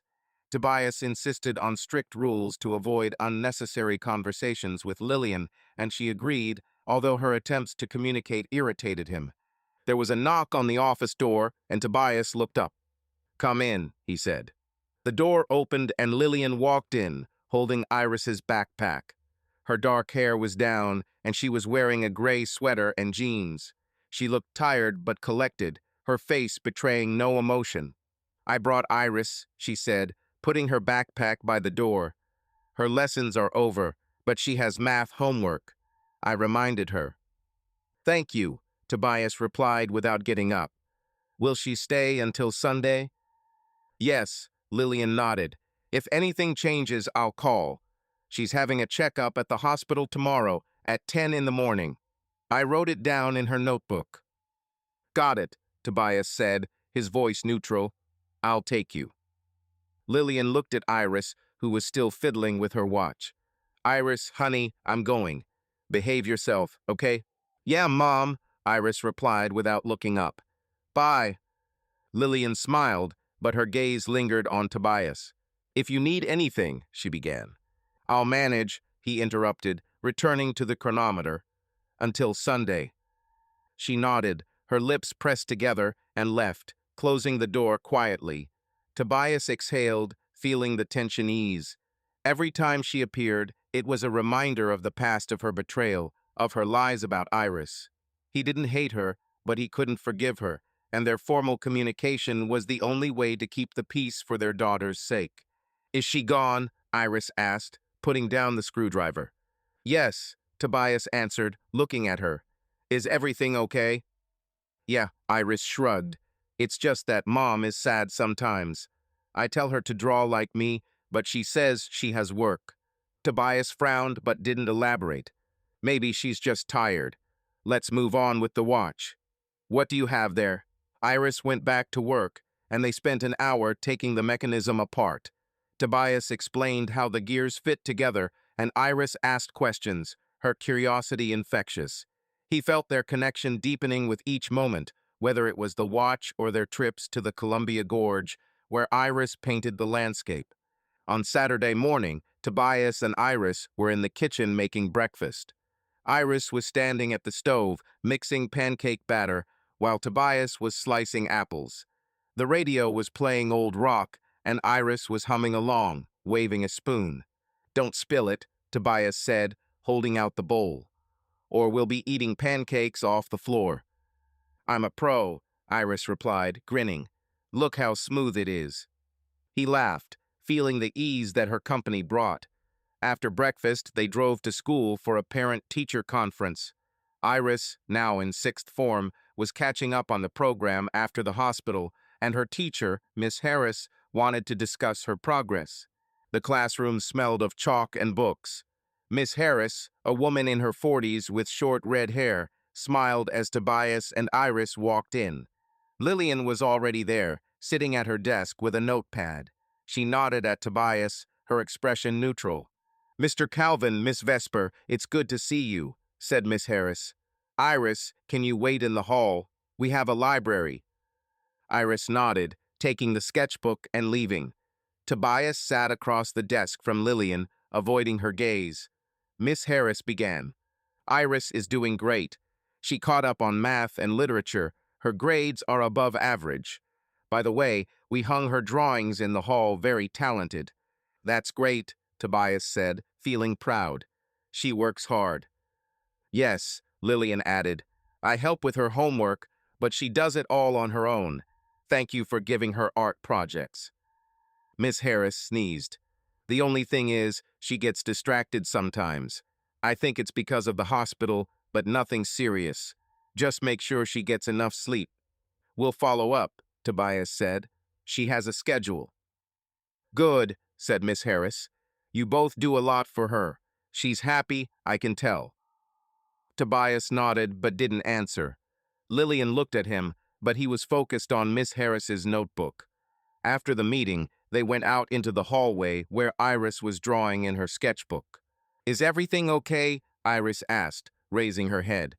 "Everything's great," Lillian said, stroking her head. "You're doing great." "Tobias, are we going home?" Iris asked, standing up. "Yes," he replied. "But first, let's stop for pizza. You deserve it."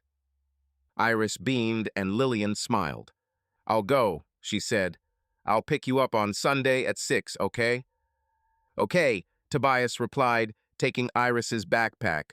"See you on Sunday." Lillian left, her footsteps fading down the hallway. Tobias watched her go, feeling the familiar tension. She was a good mother, he couldn't deny that. But every conversation with her was like walking on thin ice, formal, cautious, with no hint of the past. On Sunday evening, Tobias and Iris were in the office again. Iris had almost disassembled the watch, her fingers moving confidently. "Look, I found a spring," she said, showing the part. "Is it broken?" Tobias took the spring and looked at it. "No, it's just bent. It can be fixed, but carefully. Want to try?" "Yes," Iris took the tweezers, following his instructions. Tobias watched her work and thought about how quickly she had become a part of his life. Their hikes, their lessons with the clock, her drawings on the refrigerator, it was all new, but it felt right. He knew that co-parenting with Lillian was a delicate balance, but for Iris, he was willing to maintain it. The clock struck 6, and there was a knock at the door. Lillian had arrived to pick up Iris. Tobias walked his daughter to the door, handing her the backpack. "Behave," he said, patting her head. "Yeah," Iris replied, hugging him. "Thanks for the watch." Lillian waited by the car, her face calm. "Thank you, Tobias," she said. She had a good time. "You're welcome," he replied, his voice even. "Until next Friday." He watched them drive away, feeling empty. The house was quiet again, but the silence felt different now, not lonely, but expectant of Iris's next visit. He returned to the study, picked up her watch, and continued working, thinking about how he would teach her to assemble it next week. Hayward Elementary School was buzzing with the voices of parents and children gathered for the school's annual art show. Colorful posters lined the hallways, and students' work hung on the walls of the auditorium, from the awkward watercolors of first graders to the intricate compositions of seniors. Tobias Kelvin, a 41-year-old hydraulic engineer, stood at one of the displays, examining a drawing by his 12-year-old daughter, Iris. It was a watercolor of a forest and waterfall, inspired by their hikes in the Columbia Gorge, with delicate detail and vibrant colors. A caption in the corner read, "For Mom and Dad, Iris Kelvin." Tobias felt a sense of pride mixed with a little sadness. It had been almost a year since he had learned about Iris, becoming her bone marrow donor and a part of her life. She had recovered, returned to school, and blossomed, her drawings and comics now decorating not only his home, but the school walls as well.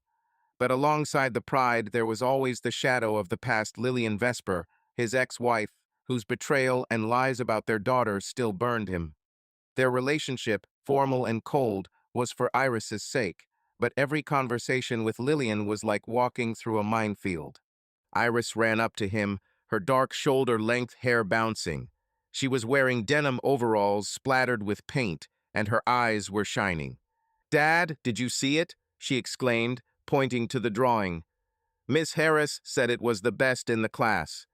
"I saw it," Tobias replied, smiling. "It's amazing, Iris. You're doing great." "Yeah, and I drew it because of our hikes." She grabbed his hand. "Let's go. My comic is hanging there." He let her pull him over to another board, where a sketch of her superhero, Moon Knight, was hanging, battling robots. Tobias listened to her excited story, feeling her energy push away his fatigue. Lillian stood nearby, talking to her teacher, Miss Harris. Her dark hair was pulled back into a low bun, and she was wearing a light blue blouse and pants, the work clothes of her new job at the Blue Pine Studio. She was smiling, but her eyes kept wandering to Tobias and Iris. The exhibition ended at 8 o'clock in the evening, and the parents began to leave. Iris ran to her friend to show her her drawing, leaving Tobias and Lillian at the entrance to the hall. Tobias put his hands in his jacket pockets, preparing to leave, but Lillian stepped towards him, her face serious. "Tobias, can we talk?" she asked, her voice quiet but firm. "It'll only take a minute." He frowned. His first impulse was to refuse. "About what?" he asked, his tone cold. "If it's about Iris, we can discuss it over the phone." "Not exactly," she said, clutching the strap of her bag. "It's about us. Please." Tobias's jaw tightened, but he nodded, gesturing to a bench near the exit. They sat down, keeping their distance. The schoolyard was almost empty, just a few children running around the swings, their laughter echoing in the silence. Lillian took a deep breath, looking at her hands. "I've been thinking about how to say this for a long time," she began. "Iris is happy, Tobias. She's healthy, she paints, she has you. And I see how you care for her, the hikes, the watches, all of it. You gave her life, literally. And I think we could try again." Tobias froze, her words hitting him like cold water. He turned, his eyes narrowing. "What did you say?" His voice was low, almost threatening. Lillian looked up, her eyes full of worry, but she didn't back down. "I know what I did. I ruined our marriage. I hid Iris. I don't expect you to forgive me for that. But we're a family now, for Iris's sake. And I still feel something for you. Maybe we could start over, not like before, but differently." Tobias laughed, but the laugh was bitter, harsh. "Start over? Lillian, are you serious? Do you think I'm just going to forget how you cheated on me with Roland? How have you lied to me for 9 years? You stole my daughter from me, and now you want us to be a couple." She shuddered, her face turning pale. "I'm not asking you to forget. I know what I did. But I've changed, Tobias. These years, Iris, her illness, I see what was important and what wasn't. I want to be better, for her, for us." "For us?" He stood up, his voice growing louder. "There is no us, Lillian. You ruined that when you went to bed with someone else. You can't just come along and say, 'Let's try this.' Trust doesn't stick like your duct tape." Lillian lowered her head, her hands clutching her bag. "I know," she whispered, "but I see you with Iris, the kind of father you are. And I still love you, Tobias. I can't help but try." He shook his head, his anger mixed with weariness. "You don't love me. You love the idea of a family because Iris is healthy, because everything is getting better. But that's not love. Love is when you don't lie, don't betray. You didn't give it to me then, and I don't believe you will now."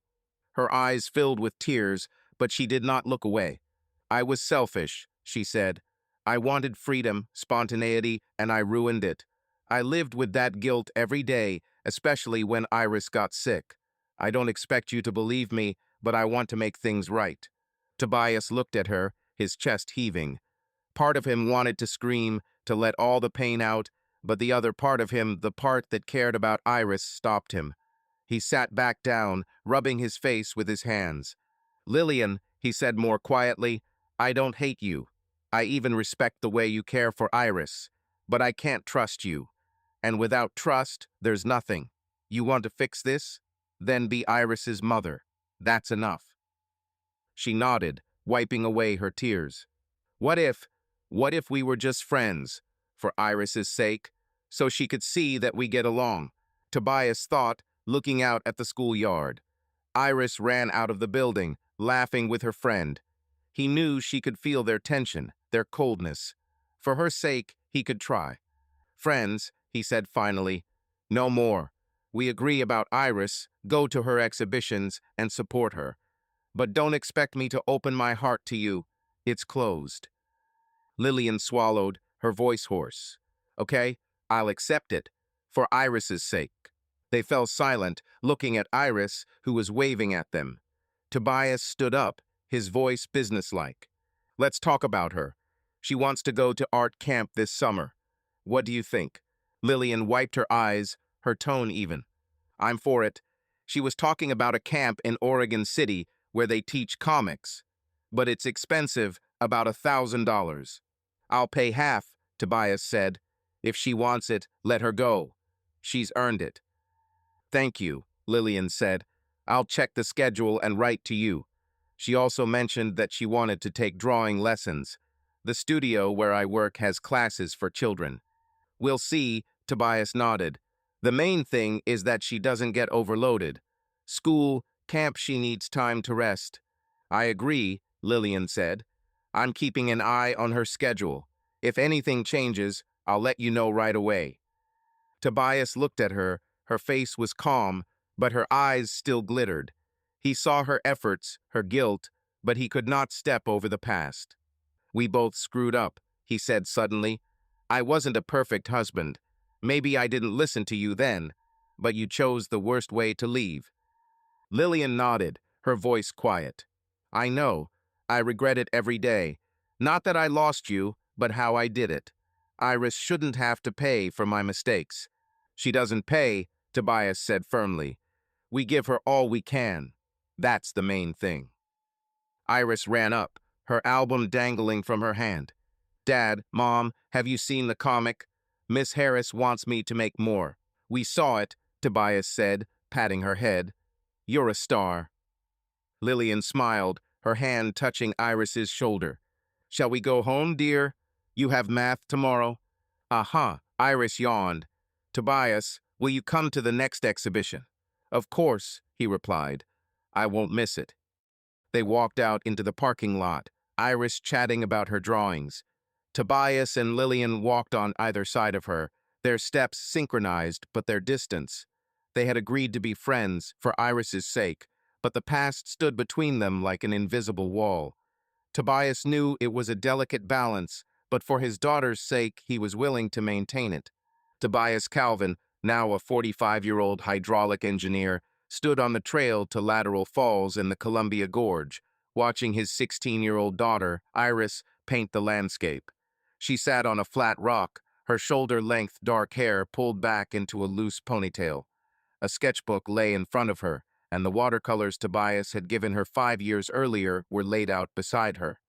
Iris concentrated, applying strokes of green and blue to capture the streams of the falls sparkling in the sun. Her face, no longer childlike, was confident, and her eyes, the same as Tobias's, were inspired. Dad, look, Iris said, not looking up from her sketchbook. I added a shadow here, see? Do you think it looks like a real forest? Tobias came over and sat down next to her. It seems so, he replied, looking at the drawing. You caught the light. It's hard, you know. I would have given up already. Iris giggled, her hand freezing. You always say that. But you could do it if you tried. Maybe you could draw with me next time? I'd rather remain a spectator, he said, smiling. Your paintings are already hanging all over the house. Soon I'll need more walls. She rolled her eyes, but her smile was warm. Tobias looked at her, feeling a mixture of pride and a little sadness. Iris had grown from a fragile girl struggling with illness to a vibrant teenager whose drawings and comics had won school awards. Her dream of attending the Rhode Island School of Design was becoming a reality, and Tobias was doing everything he could to support her. Their trips to the gorge were a tradition that had begun 5 years earlier, when Iris was recovering from a bone marrow transplant for which Tobias had donated. These excursions with backpacks, water, and her sketchbook strengthened their bond. But Lillian Vesper, Iris's mother and Tobias's ex-wife, was also a part of their lives. After a painful divorce and her betrayal, they had built a friendship for Iris's sake, a cool but stable one. Lillian, now a successful designer at Blue Pine Studio, was as supportive of Iris as Tobias, and their shared care worked like a well-oiled machine.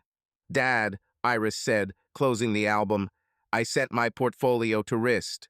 They'll hear back by fall. Do you think I have a chance? Tobias looked at her, his voice firm. You don't just have a chance, Iris. You're talented. If they don't take you, it's their fault. She smiled, but her eyes betrayed her concern. There's a lot of competition there. Everyone's so cool. I'm afraid my comics won't be enough. Your comics are unique, he said. Remember the exhibition at school. Your Moon Knight was the star, and you've been working on it for years. They'll see it. Iris nodded, her shoulders relaxing. Thank you. Mom also says I can handle it. She wants me to try an internship at her studio, but I'm not sure yet. Do what you like, Tobias said. If it's an internship, try it. If not, Wrist is waiting. You have time. She hugged him, her head resting on his shoulder. You're the best, Dad. Tobias hugged her back, feeling his heart squeeze. These moments were what he lived for, and he knew that soon Iris would fly the nest. He was prepared for it, but he was still afraid. That evening, they returned to Tobias's cottage, where Iris spent the weekend. The house was the same as 5 years ago, the couch, the fireplace, the clock on the shelves, But now her drawings adorned the walls and her schoolbooks lay on the kitchen table. Tobias cooked dinner spaghetti with tomato sauce while Iris scrolled through her phone, checking her schoolwork. "Do you have homework?" he asked, stirring the sauce. "Yeah, biology," she answered, not looking up from the screen. "But I'll do it tomorrow. Today I want to draw. I have an idea for a new chapter of the comic." "Just don't stay too long," he said. "You have a test tomorrow, right?" "Yes," she sighed. "Math. Why can't I just draw all day?" "Because the world wants you to know algebra," Tobias chuckled. "But if you become a famous artist, you can hire someone to do the math." Iris laughed, putting her phone down. "Agreed, and you will be my manager. Only if I don't have to count your fees," he replied, placing the plates on the table. They ate, chatting about school, her friends, the new dam project Tobias was working on. Iris talked about her friend Claire, who wanted to be an astrophysicist, and about the school art club, where she taught a comic book workshop. Tobias listened, amazed by how she balanced her studies, her art, and her dreams. After dinner, they moved into the study, where Tobias taught Iris how to take apart old clocks, another tradition. She sat at his desk, tweezers in hand, taking apart a 1920s movement. "Look, the spring is stuck," she said, showing the part. "How do I get it out?" "Slowly," Tobias replied, bending down. "Pull it here, but don't tug. Patience." She nodded, following his advice. "It's like drawing," she said. "You have to be precise, but not afraid of making mistakes." "Well said," he smiled. "You're already better than me at this." "Nope," Iris replied, grinning. "But I'm trying." They worked for half an hour until Iris yawned. "Okay," Tobias said, putting away his tools. "Bed. Tomorrow's a hard day." "Uh-huh," she hugged him. "Good night, Dad." "Calm down," he replied, watching her go to her room. On Sunday morning, Tobias drove Iris to meet Lillian at a cafe on Hawthorne Street. Lillian was waiting at a table outside, her dark hair down and wearing a flowered dress. She stood up when she saw them and hugged Iris. "Hi, honey," she said, kissing her forehead. "How was your weekend?" "Cool," Iris replied, sitting up. "We went hiking, and I almost took the watch apart." Lillian smiled, her gaze moving to Tobias. "Thank you, Tobias. She's always happy after your weekends." "You're welcome," he replied, remaining standing. "She's a good girl." Lillian nodded, her face calm. "Do you have a minute? I wanted to discuss the camp." "Iris, order some juice, okay?" Iris ran to the counter, and Tobias sat down, keeping his distance. "What about the camp?" he asked. "I've spoken to the organizers," Lillian said. "They'll take Iris, but they need a deposit by the end of the month. I can cover half if you're willing." "No problem," Tobias replied. "Send me the bill and I'll transfer it." "Thank you," Lillian said, her voice softening. "She wants to go so much. And I'm proud of her, Tobias. She's amazing." "Yes," he agreed, his tone neutral. "She's all about it." Lillian looked at him, her eyes warm. "And in you too. Your stubbornness, your love of detail, I see it in her." Tobias clenched his jaw, not answering. Her words had stung, but he didn't want to press the issue. Their friendship, built for Iris, was fragile, and he wasn't about to complicate it. "I'll go," he said, standing up. "Call me if you need anything." "Okay," Lillian replied, her smile fading. "See you on Friday." Tobias walked back to the car, feeling a familiar tension. Lillian was a good mother, her design career was thriving, and she did everything for Iris. But every conversation with her brought back memories of the past, pain he couldn't forget. He started the engine, thinking of Iris, her dreams, her future. He kept this balance for her, and it brought him peace. It was hot in Portland, the sun pouring down on Hayward High School Stadium, where the graduation ceremony was taking place. The stands buzzed with the voices of parents, relatives, and friends, and graduates in blue caps and gowns crowded the field, laughing and hugging. Tobias Calvin, a 48-year-old hydraulic engineer, sat in the fifth row, his dark jacket unbuttoned in the heat. Next to him sat Lillian Vesper, his ex-wife, in a flowing green dress, holding the ceremony program. Their daughter, Iris Calvin, now an 18-year-old senior, stood among her classmates, her dark hair shining in the sun, her smile wider than ever. She had been accepted to RIST, her dream had come true, and today was her day. Tobias looked at Iris, a sense of pride welling up in him. 8 years ago, he hadn't known she existed until Lillian had burst into his life with news of her illness. He'd donated bone marrow, saved her, and their bond had grown since then through hikes in the Columbia Gorge, watch repair lessons, her drawings filling his home. Iris had grown from a fragile girl into a talented artist whose comics and watercolors had won school competitions and now promised her a future at RIST. But Lillian, despite their friendship, remained a reminder of betrayal. For Tobias. Her betrayal and hiding Iris was a wound that time had not healed. Their relationship, strong for Iris, lacked the warmth of the past, but they had learned to be family for their daughter. "She looks so grown up," Lillian said, her voice quiet but full of emotion. She pointed at Iris, who was adjusting her cap and laughing with her friend. "I can't believe she's leaving." Tobias nodded, his gaze never leaving Iris. "Yes, she's ready. RIST is her place." Lillian turned to face him, her eyes shining. "Thank you, Tobias, for everything you've done for her. Without you." "Don't," he snapped, his voice even but firm. "We both tried for her. It wasn't just me." She nodded, clutching the program. "I know. I'm just proud of her and of us that we did it." Tobias didn't answer, looking out at the field. He didn't want to delve into the past. Their friendship, built over years of shared custody, was functional. They discussed Iris, her school, her dreams, but never what had happened between them. Lillian, now the lead designer at Blue Pine Studio, had built a successful career, but her attempts to get closer to Tobias always hit a wall. He accepted the loss of their love, and that gave him peace. The ceremony began, and the school principal, an elderly woman in a black dress, stepped up to the microphone. "Welcome, families and friends," she said, her voice booming through the stadium.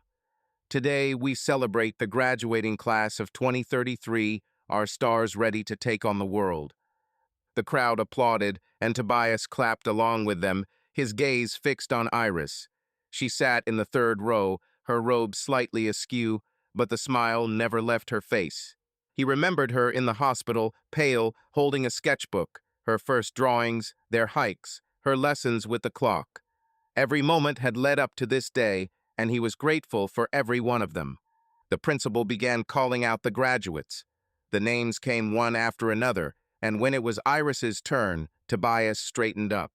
"Iris Kelvin," the director announced. Iris stood, her steps confident as she walked up to the stage. The crowd applauded, but Tobias could only hear his heart. She received her diploma, shook the director's hand, and looked toward the stands, finding her and Lillian. She waved, her smile dazzling. Tobias raised his hand in response, feeling his throat tighten. Lillian wiped away a tear, her hand shaking. "She did it," Lillian whispered, her voice shaking. "Our girl." "Yes," Tobias replied, his voice hoarse. "I did."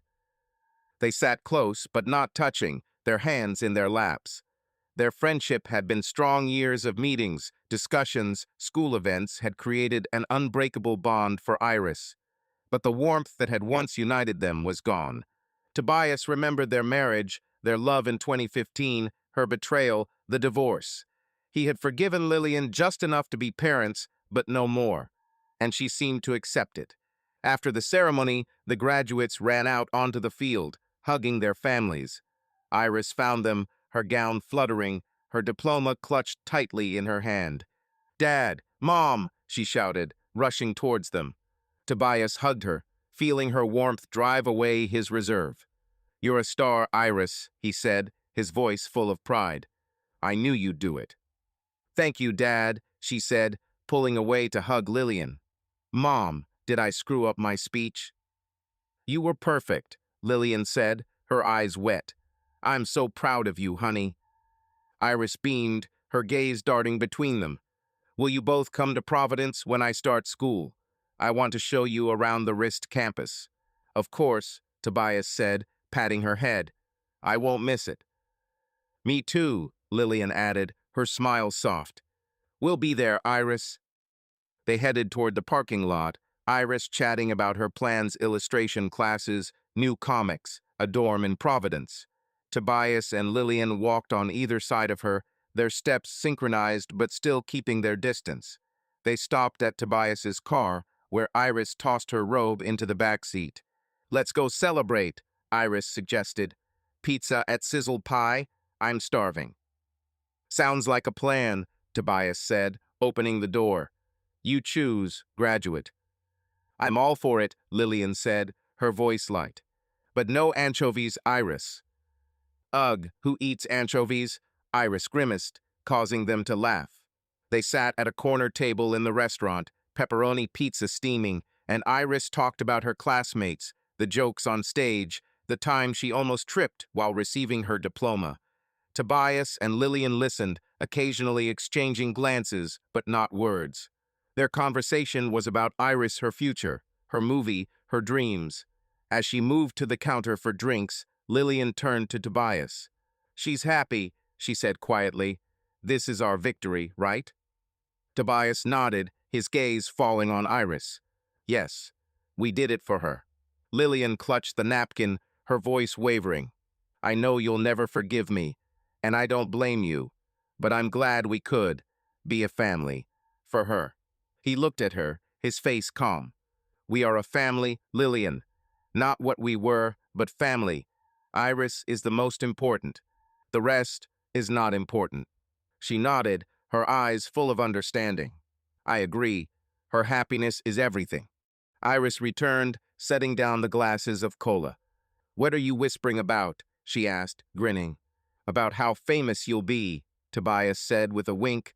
Get your autographs ready. Ha, right, Iris replied, rolling her eyes. But first you'll come see me in Providence, yes? I promise, Tobias said. And me, Lillian added, her smile genuine. They continued to eat, laughing and chatting, their voices blending with the noise of the restaurant. Tobias looked at Iris, at Lillian, and felt that despite the lost love, they had created something valuable, a family with Iris at its center. It was their victory, and he knew that for her happiness, they would maintain this delicate balance. Subscribe to our channel so that your love doesn't cheat on you, and go ahead and listen to the next story, because this story is nothing compared to the next one. If you're under 18, don't even think, click to the next one.